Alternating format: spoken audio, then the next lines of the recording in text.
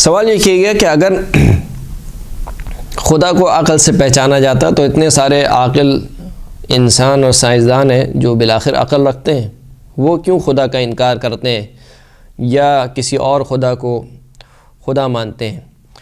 تو دیکھیے، بہت ساری چیزیں ہیں جو عقل سے ثابت ہیں، لیکن شرط یہ ہے کہ کچھ شبہات یا جسے کہنا چاہیے موانع، جو اکثر اوقات ایسا ہوتا ہے کہ ایک مطلب بہت واضح ہوتا ہے لیکن پھر بھی انسان اس کا انکار کر رہا ہوتا ہے۔ کیوں انکار کر رہا ہوتا ہے؟ اس کا یہ مطلب نہیں کہ مطلب واضح نہیں ہے، اس کا مطلب یہ کہ اس کے ذہن میں کوئی شبہ چل رہا ہے، اس شبہ کی وجہ سے وہ انکار کر رہا ہے۔ بالکل اسی طریقے سے مثال کے طور پر اگر آپ یہاں پر بیٹھے ہوں اور آپ کے برابر میں ایک شخص ہو جو نابینا ہو اور آپ کو اللہ نے آنکھیں دی ہیں، آپ سورج کو دیکھ رہے ہیں، آپ کہہ رہے ہیں کہ سورج نکلا ہوا ہے، بالکل بدیہی ہے سب کے سامنے، یعنی دلیل کا محتاج نہیں ہے، سورج نکلا ہوا ہے، روشنی ہو رہی ہے، سب دیکھ رہے ہیں۔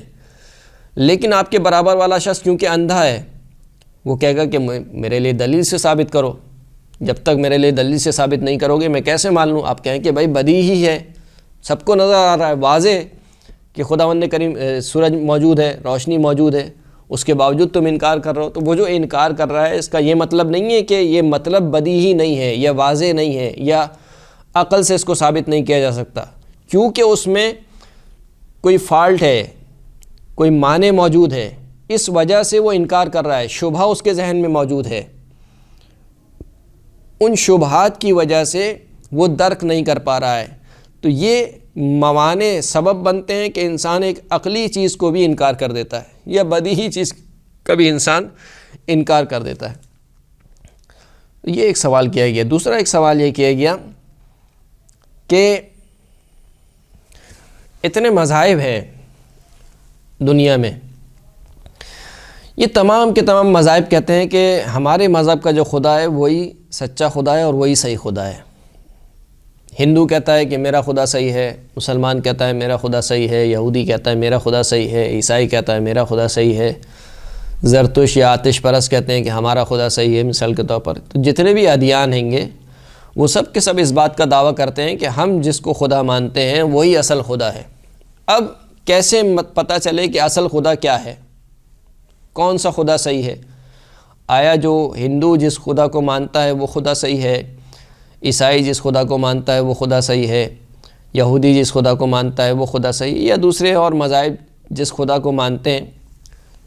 تو فیصلہ کیسے ہو کہ کس کا خدا صحیح ہے؟ قرآن مجید میں خدا کو جو پہچانوایا گیا ہے وہ دلیلوں سے زیادہ خدا کو خدائی کمال کے ذریعے سے پہچانوایا گیا ہے۔ یعنی کیا مطلب؟ یعنی پہلے آپ اپنے ذہن میں یہ واضح کیجئے کہ خدا کیسا ہونا چاہیے۔ آپ اپنے آپ سے سوال کیجئے کہ اگر کوئی خدا ہو تو کیسا ہونا چاہیے مثال کے طور پر۔ تو ایک جملے میں جو آپ کی عقل جواب دے گی وہ یہ دے گی کہ خدا ایسا ہونا چاہیے کہ اس میں ہر کمال موجود ہو، کوئی عیب اور نقص نہ ہو۔ بس جس خدا میں بھی کوئی عیب اور نقص پائے گیا اس کا مطلب ہے وہ خدا نہیں ہے۔ ہر اعتبار سے اس کے اندر کمال موجود ہو، اس کا علم با کمال ہو، اس کی قدرت با کمال ہو، اس کی بے نیازی با کمال ہو، اور اس کی جتنی بھی صفات ہیں وہ اپنی کمال پر پہنچی ہوئی ہوں۔ تو اس کا مطلب یہ ہے کہ خدا وہ ہوتا ہے جو کمال مطلق ہوتا ہے۔ پس جس خدا میں بھی کسی بھی اعتبار سے کوئی نقص پایا گیا، کوئی عیب پایا گیا، اس کا مطلب یہ ہے کہ وہ خدا نہیں ہے۔ اسی بات کو قرآن مجید میں سمجھایا گیا۔ جناب موسیٰ اور جناب ہارون جب فرعون کے سامنے پہنچے، فرعون نے سوال کیا کہ فمن ربکما یا موسیٰ، اے موسیٰ تم دونوں کا پروردگار کون ہے؟ جناب موسیٰ اور جناب ہارون کے کہا کہ تم دونوں کا پروردگار کون ہے؟ تو جواب میں حضرت موسیٰ نے کوئی منطقی دلیل یا مثال کے طور پر ارسطو کا فلسفہ پیش نہیں کیا، خدا کو خدائی کمال سے پہچانوایا۔ کیا کہا؟ قال ربنا الذی اعطى كل شیء خلقہ، ہمارا پروردگار وہ ہے جس نے ہر شے کو خلقت عطا کی ہے، ثم ہدی، اور خلقت عطا کرنے کے بعد چھوڑ نہیں دیا بلکہ اس کی ہدایت بھی کی ہے۔ یعنی کیا مطلب ہدایت کی ہے؟ یعنی اگر شہد کی مکھی کو خلق کیا ہے تو اس کو شہد بنانا بھی سکھایا ہے، اس کو چھتا بنانا بھی سکھایا ہے، اس کو رہنے کا ڈھنگ بھی سکھایا ہے۔ اسی طریقے سے ہر موجود کو، انسان کو خلق کیا ہے تو انسان کو سکھایا ہے کہ تمہیں اپنی بھوک کیسے مٹانی ہے، تمہیں اپنی پیاس کیسے مٹانی ہے، تمہیں تولید نسل کیسے کرنا ہے۔ اسی طریقے سے ہر خلقت، پرندوں کو اگر خداوند کریم نے خلق کیا ہے تو ایسا نہیں کہ خلق کر کے چھوڑ دیا، اب ان کو اوپر کی طرف جانا ہے یا نیچے کی طرف جانا ہے، دائیں طرف جانا ہے یا بائیں طرف بڑھنا ہے، غذا کیسے لینی ہے، پھلوں کو غذا کیسے ملے گی، پانی کیسے ملے گا، یہ کس نے سکھایا ہے۔ تو حضرت موسیٰ نے جو فرعون کے سامنے استدلال پیش کیا وہ خدائی کمال کے ذریعے سے پیش کیا۔ دیکھو خدا وہ ہے کہ جس میں یہ کمال پایا جاتا ہے کہ جو ہر شے کو خلقت عطا کرتا ہے اور خلقت عطا کرنے کے بعد اس کی ہدایت کرتا ہے۔ اگر تو اپنے آپ کو رب کہتا ہے تو کیا تو نے کوئی چیز کسی چیز کو خلق کیا ہے؟ یعنی اگر تیری کوئی مخلوق ہے تو بتا دے کہ میں نے فلاں چیز کو خلق کیا ہے۔ مثال کے طور پر کہے کہ مچھر کو خلق کیا ہے، جبکہ قرآن کہہ رہا ہے کہ اگر یہ سب کے سب جمع ہو جائیں تو مچھر تو دور کی بات ہے، مچھر کے پر کو بھی خلق نہیں کر سکتے۔ تو یہاں پر حضرت موسیٰ نے دلیل کے طور پر کیا پیش کیا؟ خدا کا کمال۔ دیکھو خدا وہ ہوتا ہے جو ہر چیز کو خلق کرنے والا ہوتا ہے۔ اسی طریقے سے حضرت ابراہیم کے قصے میں آپ کو ملتا ہے، نمرود کے سامنے حضرت ابراہیم نے کیا کہا؟ جناب ابراہیم کے بارے میں ملتا ہے کہ نمرود کے سامنے جناب ابراہیم نے کہا کہ خداوند کریم جناب ابراہیم کا قصہ نقل کرتا ہے کہ الم تر الی الذی حاج ابراہیم فی ربہ ان آتاہ اللہ الملک، کیا تم نے نہیں دیکھا اس شخص کو جو ابراہیم سے اس کے پروردگار کے بارے میں لڑ جھگڑ رہا تھا؟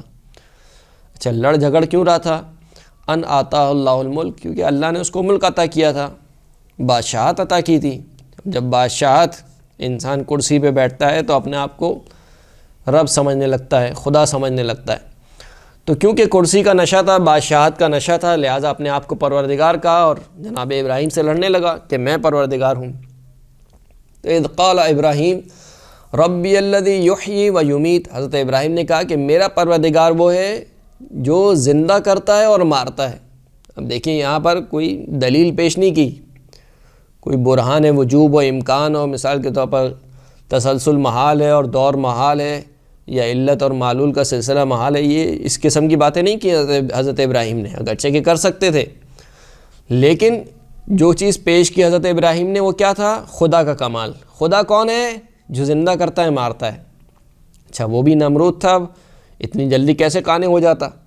تو اس نے کہا کہ انا احیی و امیت، اس میں کون سی بڑی بات ہے، میں بھی زندہ کرتا ہوں، میں بھی مارتا ہوں۔ دو شخص کو بلایا زندان میں سے جن کو سزائے موت ہو چکی تھی، کیا ہو چکا تھا، بہرحال ایک کو آزاد کر دیا اور ایک کی گردن اڑا دی، کہا دیکھو میں نے ایک کو زندہ کر دیا اور ایک کو مار دیا۔ تو وہ یہ سمجھ رہا تھا کہ جس طریقے سے وہ زندہ کرنے کا مطلب اور مارنے کا مطلب سمجھ رہا ہے، گویا خدا بھی ایسی زندہ اور کرتا ہے، ایسی مارتا ہے۔ لیکن حضرت ابراہیم نے کہا وقال ابراہیم، میرا پروردگار وہ ہے کہ جو سورج کو ان اللہ یأتی بالشمس من المشرق فأتی بہا من المغرب، میرا پروردگار وہ ہے جو سورج کو مشرق سے نکالتا ہے۔ اگر تجھے خدائی کا اتنا گھمنڈ ہے تو سورج کو مغرب سے نکال کے دکھا۔ فبہت الذی کفر، بس وہ شخص جس نے کفر اختیار کیا تھا وہ مبہوت ہو کے رہ گیا۔ کیوں مبہوت ہو کے رہ گیا؟ کیونکہ کمال ہی نہیں ہے اس میں۔ یعنی حضرت ابراہیم نے بات ختم کر دی، کہا دیکھو میں تمہیں خدا مان لوں گا لیکن شرط یہ ہے کہ خدائی کمال دکھاؤ۔ میرا پروردگار سورج کو مغرب سے نکالتا ہے، مشرق سے نکالتا ہے، تم مغرب سے نکال کے دکھا دو۔ اور حضرت ابراہیم جن کو بت شکن کہا جاتا ہے، یعنی توحید کے پرچم کو سر بلند کرنے میں حضرت ابراہیم نے جتنی مشقت اٹھائی ہے شاید کسی نبی نے نہ اٹھائی ہو، لیکن حضرت ابراہیم نے جو استدلالات قائم کیے ہیں توحید پروردگار کے اوپر وہ اسی قسم کے ہیں۔ اپنے چچا آزر سے کہا کہ یا ابتی، اے میرے چچا، آپ کیوں ایسوں کی عبادت کرتے ہیں جو نہ آپ کو کوئی نفع پہنچا سکتا ہے نہ کوئی نقصان پہنچا سکتا ہے؟ اب یہ کیا ہے؟ یہ خدائی کمال ہے، یعنی خدا وہ ہوتا ہے جو آپ کو نفع و نقصان پہنچا سکے۔ یہ بت پتھر کا بنا ہوا یا لکڑی کا بنا ہوا یا حلوے کا بنا ہوا، یہ تو خود آپ کا محتاج ہے اپنے بننے میں، یہ بھلا کیسے نہ آپ کو فائدہ و نقصان پہنچا سکتا ہے؟ اور پھر وہ مشہور واقعہ جناب ابراہیم کا کہ جب عید والے دن سب کے سب گئے ہوئے تھے اور سارے بتوں کو جناب ابراہیم نے توڑ دیا، اور ایک جو بڑا بت تھا اس کو باقی رکھا اور اس کے گردن میں کلہاڑے کو ڈال دیا۔ جب وہ لوگ آئے تو دیکھا کہ ہمارے سارے کے سارے بت ٹوٹے ہوئے ہیں، اور کہنے لگے، قرآن مجید میں حضرت ابراہیم کا ایک قصہ نقل ہوا، کہنے لگے کہ ایک لڑکا ہے جو ہمارے بتوں کو برا بھلا کہتا ہے، اسی نے یہ کام کیا ہوگا۔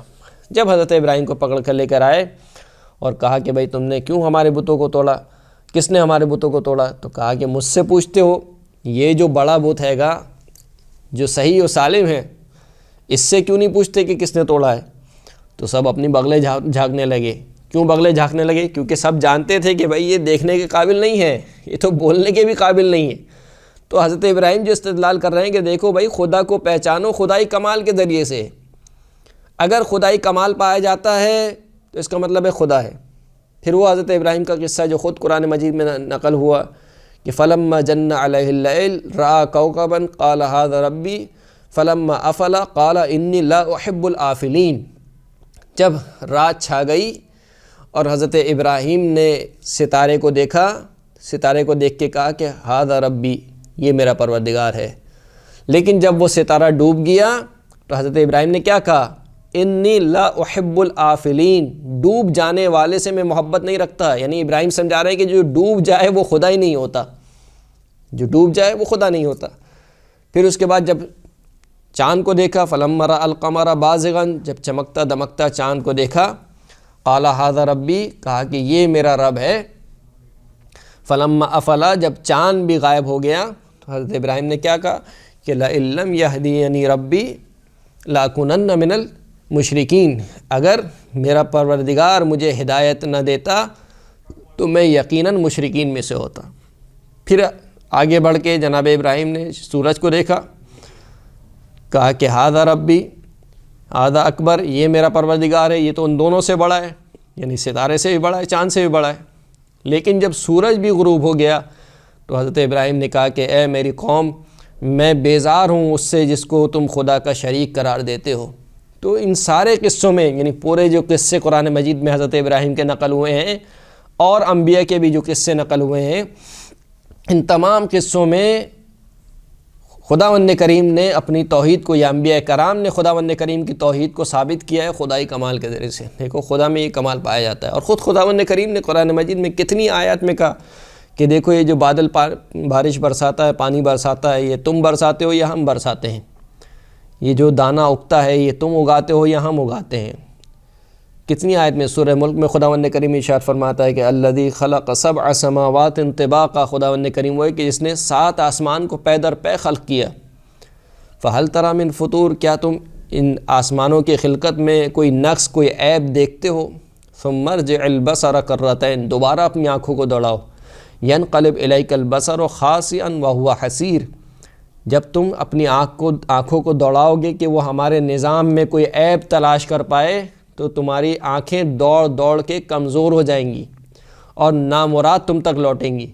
یعنی تم اگر اتنا عیب تلاش کرنا چاہو کسی بھی ایک نظام میں تو کوئی عیب تلاش نہیں کر سکتے۔ تو یہ کیا ہے؟ کون ہے وہ خدا جو خود خداوند کریم کہہ رہا ہے کہ جو پرندوں کو جب وہ اڑتے ہیں تو ان کو تھام کے رکھتا ہے، ان کو گرنے نہیں دیتا۔